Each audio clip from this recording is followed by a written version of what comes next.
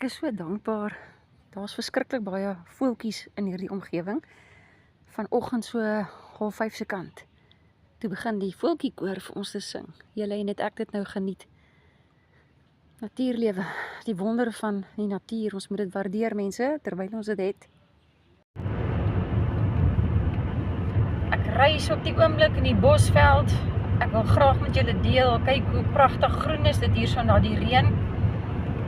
Kort rukkie terug het ek ook hier gereis. Toe was hier geen gras nie. Ek bedoel geen gras nie. Dit was kirk droog. Kyk net hoe mooi die veld teruggegroei. Iets om voor dankbaar te wees. Geniet jou dag verder, Estie Kotse. Ek het 'n fantastiese reis gehad.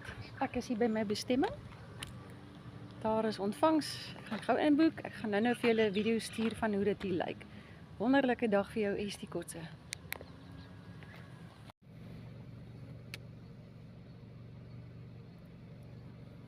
Kyk hoe pragtig is die klippe op daai kop. Ek wonder hoeveel diertjies hardloop daar so rond. Prys die Here vir 'n lieflike geleentheid.